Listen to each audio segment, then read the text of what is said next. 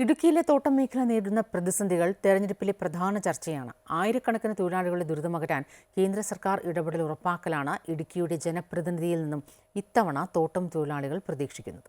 പീരുമേട്ടിലെ പൂട്ടിപ്പോയ തേയിലത്തോട്ടങ്ങൾ തുറന്നു പ്രവർത്തിപ്പിക്കുമെന്നതുൾപ്പെടെ ജനപ്രതിനിധികൾ വർഷങ്ങളായി നൽകുന്ന വാഗ്ദാനങ്ങൾ പാലിക്കാത്തതിനാൽ ഇടിഞ്ഞുപൊളിഞ്ഞ ലയങ്ങളിൽ ദുരിത ജീവിതമാണ് തൊഴിലാളികൾ ഇന്നും നയിക്കുന്നത്. ഒരു കാലത്ത് 10,000-കണക്കിന് കുടുംബങ്ങൾക്ക് ആശ്രയമായിരുന്നു ഇടുക്കിയിലെ മിക്ക തേയിലത്തോട്ടങ്ങളും. ഇവിടെ നിന്നുള്ള വരുമാനം തൊഴിലാളികളുടെ കുടുംബങ്ങളിൽ മാത്രമല്ല, ജില്ലയുടെ സാമ്പത്തിക സ്ഥിതി വരെ നിയന്ത്രിച്ചിരുന്നു. എന്നാൽ ഇപ്പോൾ ഈ തോട്ടങ്ങളിൽ പലതും പൂട്ടിക്കിടക്കുകയാണ്. ഇവ തുറന്നു പ്രവർത്തിപ്പിക്കാനും പഴയകാല പ്രതാപത്തിലേക്ക് മടക്കിക്കൊണ്ടുവരാനും കേന്ദ്ര സംസ്ഥാന സർക്കാരുകളുടെ സംയുക്ത ഇടപെടലാണ് ആവശ്യം. റിപ്പയറിങ്ങിന് എഴുതി എല്ലാം പൈസ എല്ലാം സാക്ഷനായി വന്നതാണ്. അതുപോലും ലയത്തിന് മഴ പെയ്താൽ ഞങ്ങൾക്ക് ലയത്തിൽ കിടക്കാൻ പറ്റത്തില്ല.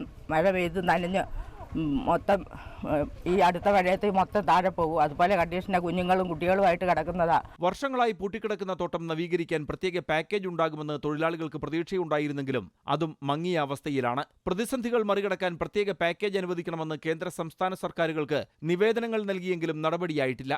കാൽ നൂറ്റാണ്ടിലേറെയായി പൂട്ടിക്കിടക്കുന്ന തോട്ടങ്ങൾ പോലും പീരുമേട്ടിലുണ്ട്. തോട്ടം തൊഴിലാളികളുടെ വോട്ട് നേടി വിജയിച്ച് പാർലമെന്റിലേക്ക് പോകുന്ന ജനപ്രതിനിധികൾ ഇക്കാര്യങ്ങളിൽ നടപടി സ്വീകരിക്കണമെന്നാണ് തൊഴിലാളികളുടെ ആവശ്യം. MC Boban, Amrita news, Idukki.